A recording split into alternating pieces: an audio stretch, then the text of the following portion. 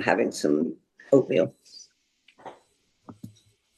Good morning, everyone. And I really do mean Happy New Year. Um, yeah.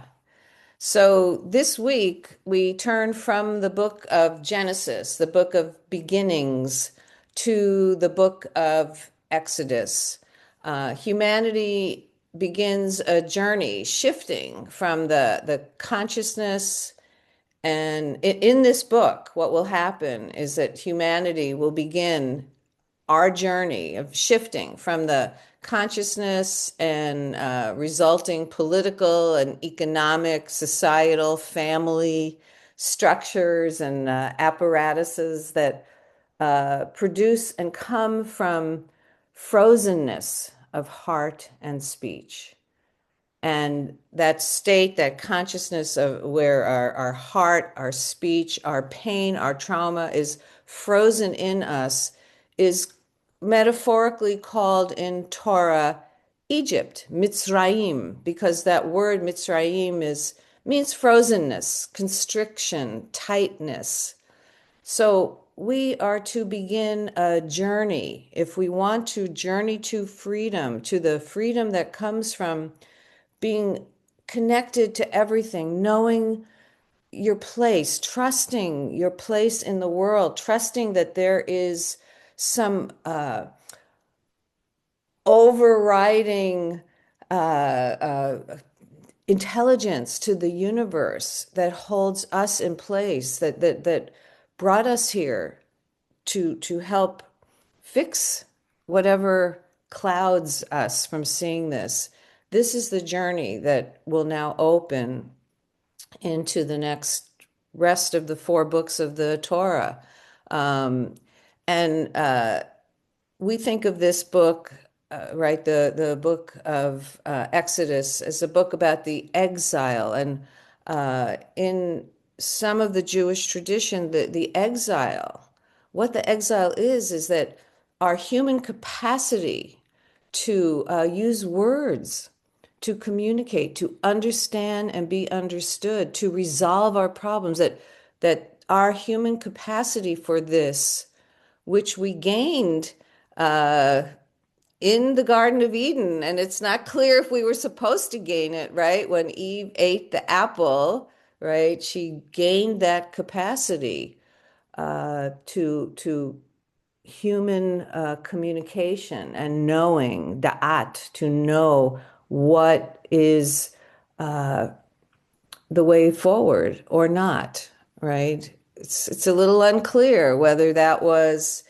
the right thing or the wrong thing to do, which is kind of the point of that story. That was back at the beginning of Genesis, and now we are at the beginning of Exodus. And I want to read this book as a cautionary tale, a spiritual guide for helping us regain the capacity we have to use words rather than violence and stealing and oppressing, which is what the Pharaohic world does, right? I want to really find guidance for us to join in all the spiritual traditions that are saying we need a complete renewal, a complete reset. And I think we can find it in this book of Exodus. So at the end of the last book, the book of Genesis of beginnings, how did it end? Joseph, the hero of all the patriarchs and matriarchs, in the Jewish tradition, he is the hero, is embalmed in a coffin in Egypt. This is not a happy picture. As we begin Exodus, with Joseph embalmed in a coffin in this constricted place, as we begin the book of Exodus, the text ominously states, a new king arose over Egypt who did not know Joseph. So Joseph standing for all of us he's not only embalmed in a coffin in Egypt, but he's forgotten. And he's already been forgotten. Remember, he was forgotten when he was in that the Pharaoh who did come to know him. He was in that cell. Well, we're down again. And friends, in the world, we are down again, right? Well, that's the beginning of the story or the continuation. It's not the end. So, the way I like to approach Torah more and more is by first reflecting before I read the whole Parsha, what's up for me? What do I want to be nourished with? When I turn to the spiritual book of my ancestors. And this week, what's up for me is hope, finding the courage to hope. Can I find that in this Torah portion? And what inspired me is watching the inauguration of Mamdani in our beloved New York City. Regardless of what you dread, and we're going to hear that the state of mind of the Egyptians, of the Pharaoh, of the constricted place is a state of mind of dread, right? Maybe we have that. Well, what happens if we put that aside and say, no, we're going to join in. We're going to have the courage to hope. And that's exactly what this transformation that the Hebrews will go through right at the beginning. So, as I said, it begins with Joseph embalmed. There's a Pharaoh who's arisen. When he thinks of the Hebrews, all he feels is dread. And so, no matter what is going on, he just piles them on with more and more repressive, supremacist actions coming from his dread because he did not know them. And the word is yadayim da'at. He did not know them. Well, maybe Torah right here is saying, if you want to break out of this mentality where you will be stuck in dread because there's other peoples around, here's the remedy. You have to know them. So it takes courage to do that. It takes courage to go to a place, a group where you're feeling dread. Like as Jewish people, we've got this dread that people who are speaking out against what Israel is doing, it means they hate us and want to kill all of us, right? We have this dread. We're being fed it. Torah is saying you have to shift into a different consciousness, the consciousness where you are not afraid to go and know. And Torah uses, as we know, over and over this lada'at, to know, the tree of knowledge. Eve is like, sorry, folks, I'm going for it, right? And she imbues humanity with this da'at, la da'at, the capacity to know.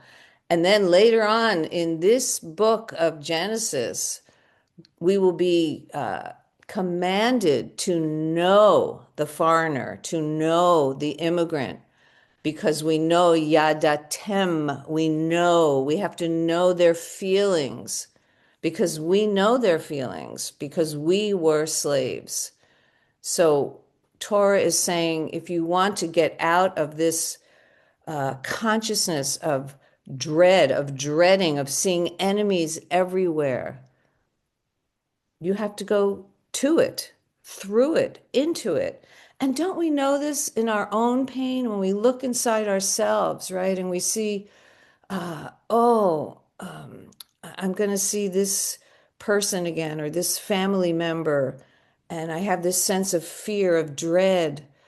Don't we know that the only way out is in, is through, is to calm our own hearts, to bring words of empathy and comfort to our own hearts and say, yeah, some painful things happened in the past, but if I want to be a free person, if I want connection and communication, I have to come out of that exile of my capacity to communicate. I have to help be part of, maybe the reason we were all brought here is to bring humanity, starting with ourselves, out of this place where we don't know the other, we're afraid to know the other, we're afraid to get close enough to know the other.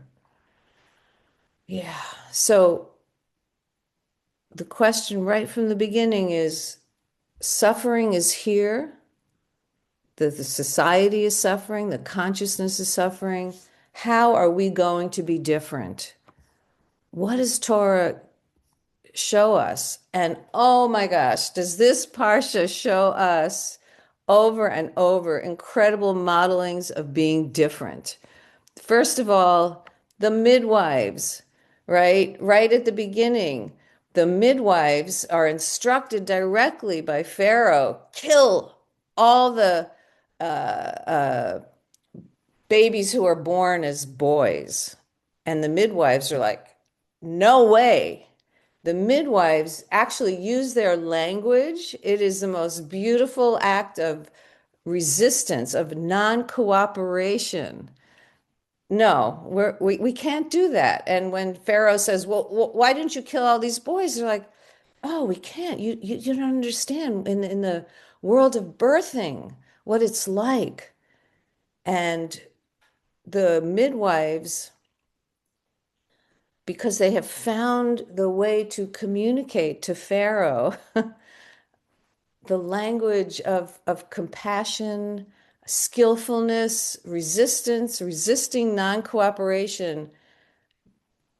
Torah says, oh, wow, they were so skillful that the God of Torah, the great love, the great compassion, the great spirit, completely rewards them by giving them their own household. So this is Torah. This is like an unusual thing for Torah to say, well, people acted this way and God just like, just gave them abundance. Unusual, direct rewarding from the great karmic movement of the universe. So first inspiration for us are the midwives. And though, of course, the midwives prevailed in their way, but Pharaoh just went to the next level. So Torah is saying the journey will not be easy. Don't ever give up, though. Don't ever give up, right? Because what happens is Pharaoh just makes things worse. He says, well, then kill the newborn boys after they're born. And now who comes to save the newborn boy? Moses. Who comes to save Moses is Pharaoh's daughter, Moses' sister Miriam, and his mother Yocheved. And when Moses' mother first sees her newborn son born, she says, Ki tov, how good is this creation? Where do we know those words from? The beginning of the book of Genesis. Ki tov, it's all good. Now we have human beings, women, taking leadership, coming into our fullness and seeing that, wow, what we create is good. This is the reverence and clear seeing of the human form of all life. This becomes the guiding principle of everything. Ki tov, seeing the goodness of our formation and what we can form. So again, it's overcoming this consciousness of dread that characterizes the consciousness of the Pharaoh world, right? Overcoming that consciousness by seeing the goodness that's here, that's freely given to us.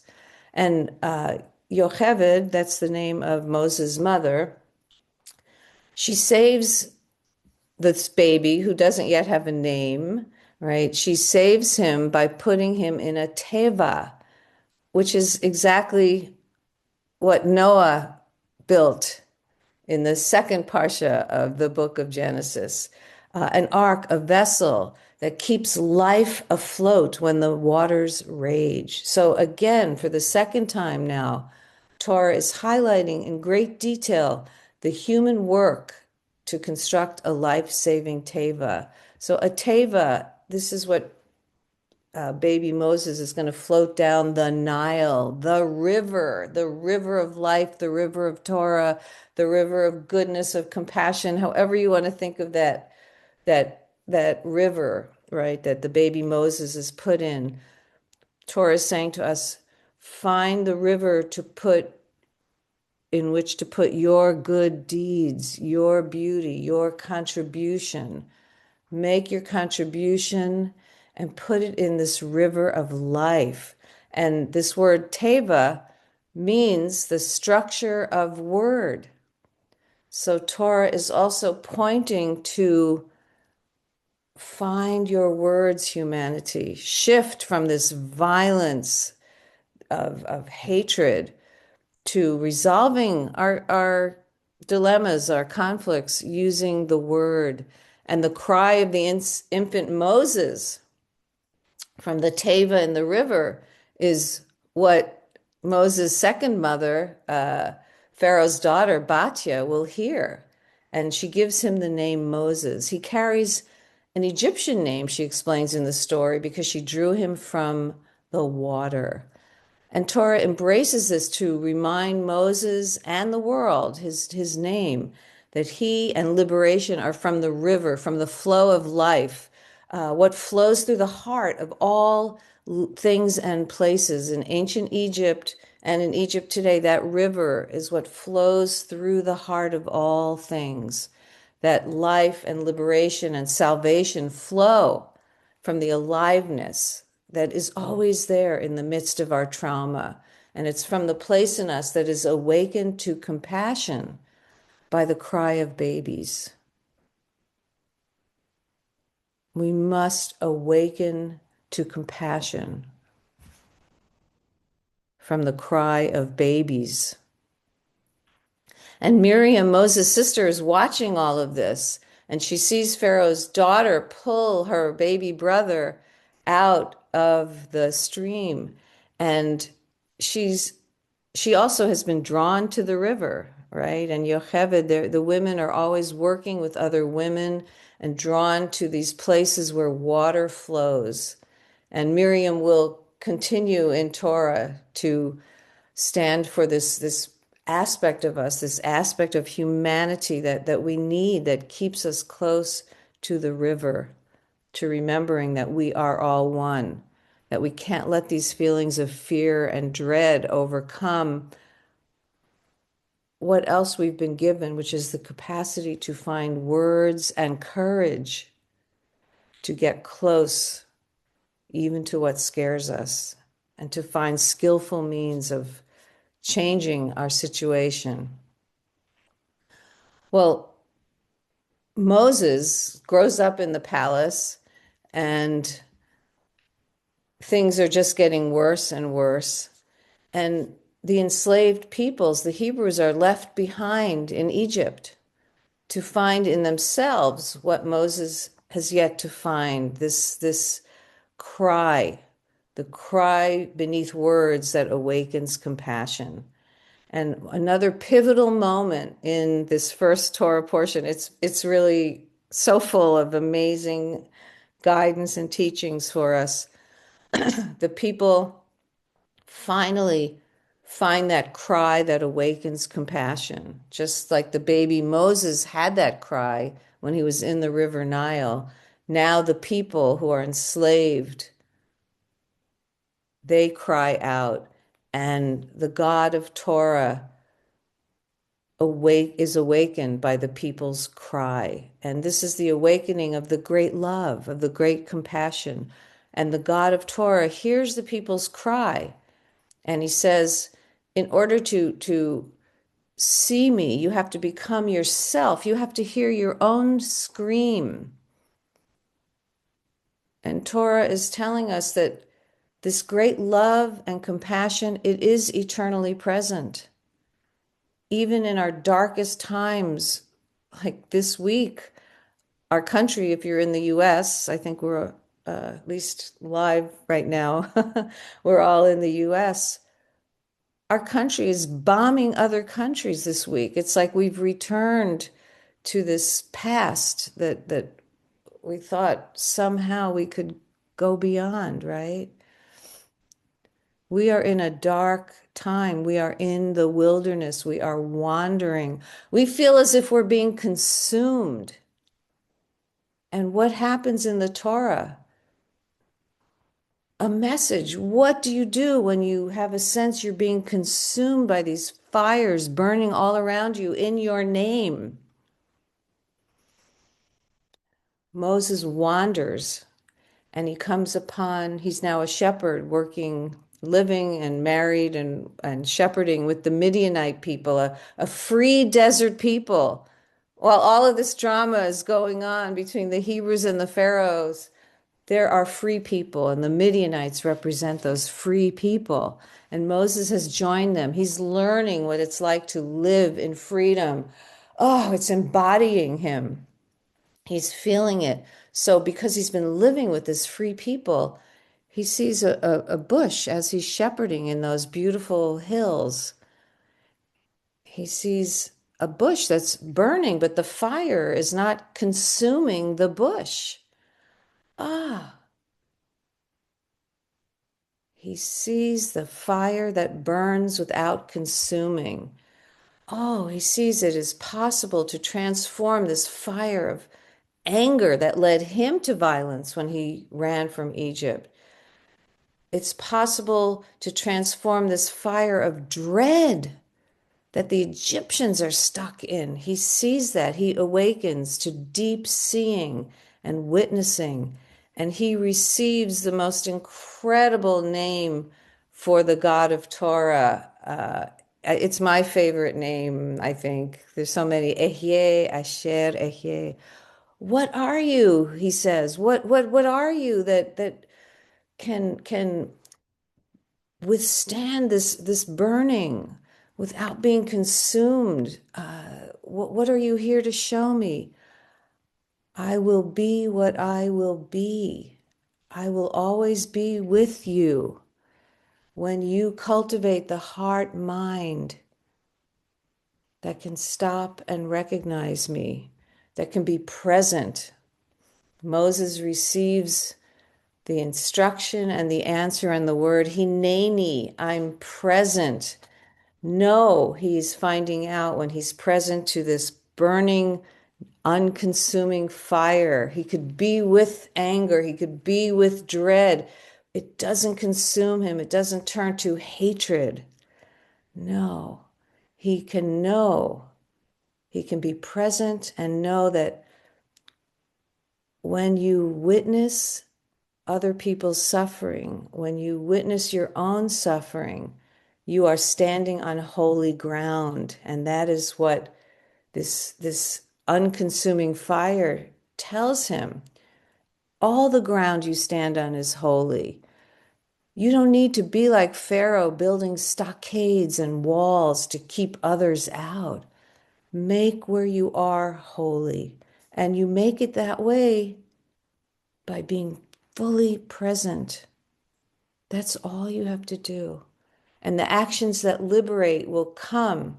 They will come through your heart, because our human place is to stand firmly in unity and cry out to the heart of compassion and let that heart lead. This is the way to liberation. Torah's message is to trust in the heart that appears when it hears the cries of suffering.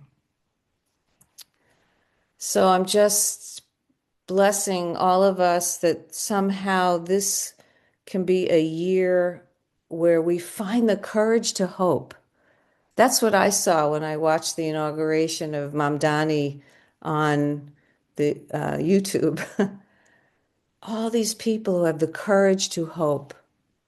The courage to hope that we can see each other, that we can break down the walls and see each other and understand each other, bring the dibur out of exile. Yes, we do have things that we want whoever the them is to hear, and whoever the them is, they have things they want us to hear. And together we will bring ourselves out of exile to a new promised land. Thank you so much.